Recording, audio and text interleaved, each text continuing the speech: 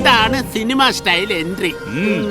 ഒരു പെൺകുട്ടിയുടെ ദേഹത്ത് അവളെ സമ്മതമില്ലാതെ തൊടുന്നത് പോലും തെറ്റല്ലേ ഭദ്ര? ശിവ, നീ എന്റെ കാര്യത്തിൽ ഇടപെടണ്ട, പണി കിട്ടും. ഒരു പണിക്ക് വേണ്ടി തന്നെയാ ഞാൻ ഈ നാട്ടിൽ വന്നത്. നീ കെട്ടിയാ കെട്ട്, ഞാനും കഴിക്കാം.